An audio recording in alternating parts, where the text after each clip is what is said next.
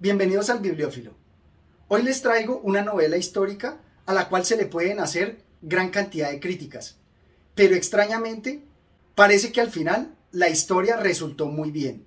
A pesar de todos esos errores, la historia trabaja muy bien como un todo y resulta efectiva. También me parece que ofrece dos muy buenas reflexiones sobre la época. Así como lo veíamos en ¿Qué es la historia?, de Edward Carr, me parece que el novelista acá nos ofrece una interpretación sobre la época y sobre el papel de la humanidad. Se le pueden hacer todas las críticas. Similar a lo que mencionaba Mario Vargas Llosa con respecto al del Edén de John Steinbeck, acá parece que se aplica igual. A pesar de los errores que presenta y de las críticas que se le puedan hacer, la historia resulta muy efectiva. Aquella mañana, Arnau superó junto con sus compañeros las barreras de los soldados del rey que controlaban el trayecto de la comitiva. Se sabía envidiado por los numerosísimos ciudadanos que se amontonaban para ver al rey. Él, un humilde trabajador portuario, había accedido a Santa María junto a los nobles y ricos mercaderes como uno más. Esta historia se nos presenta como un homenaje a todos los anónimos que contribuyeron con la construcción de la Catedral del Mar en la ciudad de Barcelona. Se trata de la Catedral del Mar de Ildefonso Falcones.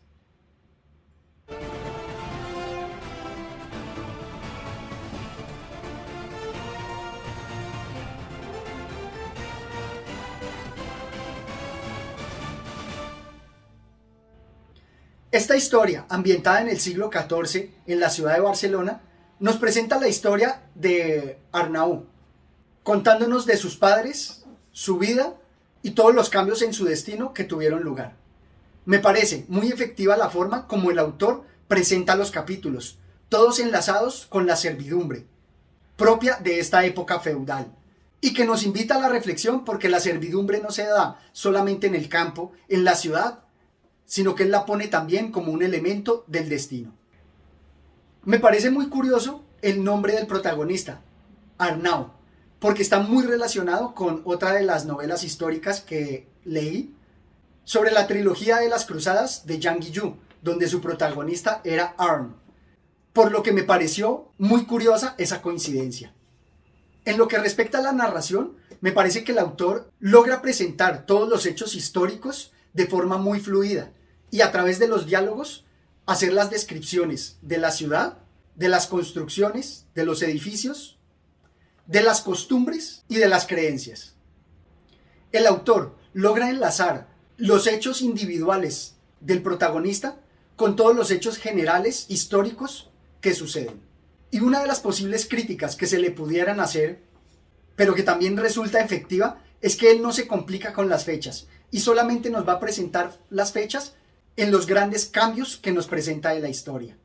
No como otros novelistas que al presentar gran profusión de fechas pueden cometer otros errores.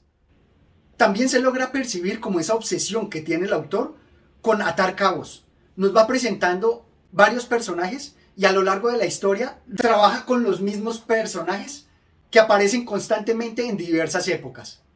De nuevo aquí algo que pudiera ser criticado, pero que resulta muy efectivo para la historia. El autor también apela mucho a la emotividad.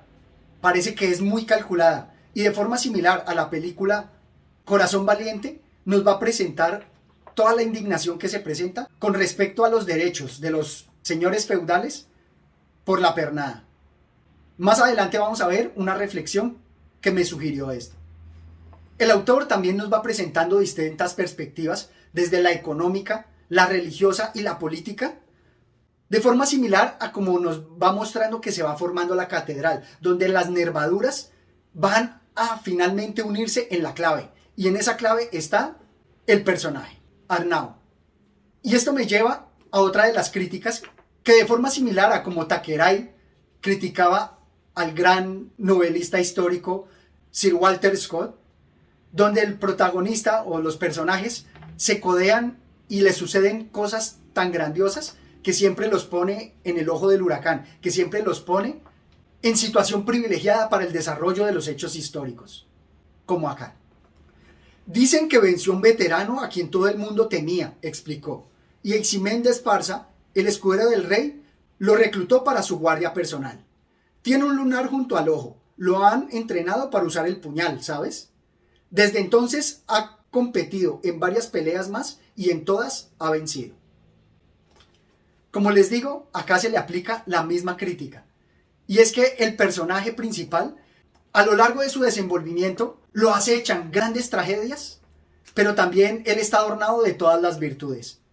Y en este devenir, donde cambia de varios oficios, donde se desempeña en innumerables actividades, va a ser importante no solamente dentro de su vida, sino para la ciudad misma, ya que va a ayudar a salvar a toda la ciudad. Y de nuevo esta crítica, que pareciera jugarle en contra, al final va a resultar efectiva para la narración. Es como si el autor hubiera tomado todo lo que le puede suceder o le sucedió a todos los ciudadanos y lo condensó en este personaje ficticio para mostrarlos. Y me parece que la relación con Sir Walter Scott no es gratuita, parece tener una gran influencia, y lo muestra aquí un pasaje en donde nos habla de la agricultura medieval y en cómo se ve influenciada incluso desde Roma. Algo similar a lo que nos contaba Sir Walter Scott en El Pirata. Dice así: pero los nobles terratenientes no han invertido un solo sueldo en sus tierras o en sus métodos de trabajo. De hecho, siguen utilizando los mismos aperos de labranza y las mismas técnicas que utilizaban los romanos. Los romanos. Las tierras deben quedarse en barbecho cada 2 o 3 años, cuando bien cultivadas podrían aguantar el doble o hasta el triple. No está mal que recoja esa influencia de ese gran novelista, y creo que allí nos muestra con total sinceridad la gran influencia que tuvo de él. Incluso en algunos casos pareciera que la historia pareciera predecible. No sé si lo haga intencionalmente el autor para permitir que el lector se compenetre con la historia y nosotros nos sintamos orgullosos de haberlo deducido, o si es solamente otra de las posibles críticas que se le pueden hacer, pero que también resultan efectivas. En mi caso, logré deducir, antes de que lo presentara, algunos hechos que me gustaría que ustedes comentaran si también los dedujeron. Por ejemplo, en las escenas donde nos habla de las uñas enterradas por Aledis a Arnau, cuando él se enlistó para la guerra, los encuentros que tuvo con su madre sin él saberlo, pues ella estaba en la concurrencia, la participación decisiva que tuvo Arnau en la batalla naval, e incluso los documentos comerciales que se guardan y posteriormente cobran importancia. Esos fueron algunos de los que yo encontré. Insisto, me gustaría que me dejaran sus comentarios si también lograron deducir el desarrollo de estos hechos. Y también tenemos los grandes cambios que nos presentan en los oficios, en donde al personaje le suceden las peores cosas, pero también cambios insospechados y sonrisas de la fortuna que difícilmente se pueden creer. Y más en esta época, donde pasar de un simple labriego a un gran potentado no parece que fuera algo tan sencillo. Pero de nuevo, esta posible crítica resulta efectiva para el desarrollo de la historia. Y me gusta mucho que el autor logra poner los hechos de tal manera que el protagonista vuelve a caer en desgracia y es como si nos dejara la historia nuevamente intacta, para no tener que justificar el que no se hable en la historia de un personaje tan curioso, de un personaje tan importante para el desenvolvimiento de la ciudad de Barcelona. De alguna manera, queda creíble que se haya olvidado hablar de él a pesar de todo lo que le sucedió. Pues la historia a veces es así de caprichosa. Finalmente, quiero hablar de las 2 reflexiones que me sugirió. En primera instancia, en cómo esta visión que nos da desde nuestra época, vemos que los derechos de la pernada los vemos como unos derechos abusivos. Pero me hizo pensar en si en esa época también se pensaba de la misma manera. Si no es más bien lo que vemos desde la actualidad, porque tal vez en esa época lo veían como algo natural, como una costumbre y algo normal. Creo que esta duda de pronto un estudioso de historia nos la podría resolver.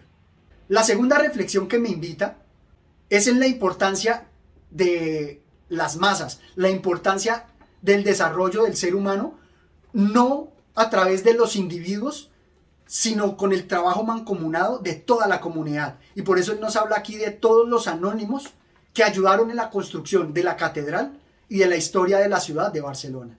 Como acá. Este templo es vuestro, afirmó paseando la mirada por las obras. Arnau sintió un escalofrío. Algún día, en vida de nuestros nietos, o de sus hijos, o de los hijos de sus hijos, cuando la gente mire esta obra, no hablará de Berenguer de Montagut, lo hará de ti, muchacho.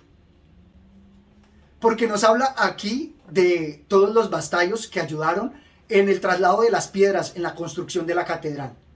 Pero me parece una gran ironía que, a pesar de que para el desarrollo de la historia del ser humano se necesita del esfuerzo multitudinario de todas las personas para lograrlo, pero curiosamente en la historia solamente se conocen a los líderes, solamente algunas personas, como exaltando ese individualismo occidental. Y por eso tal vez conocemos al arquitecto, al artífice, al diseñador de esta catedral, y no a todos aquellos que contribuyeron con su construcción. Lo mismo, por ejemplo, con las pirámides de Egipto. Me gustaría que me comentaran qué opinan de este par de reflexiones para enriquecer nuestra lectura sobre esta época y sobre las novelas históricas en general, en cómo debemos pensarlas y entenderlas desde nuestra visión actual. Esto es todo cuanto tenía por compartir con ustedes. Los animo a que se suscriban al canal y, por supuesto, que me dejen sus comentarios. Hasta una próxima oportunidad. Gracias.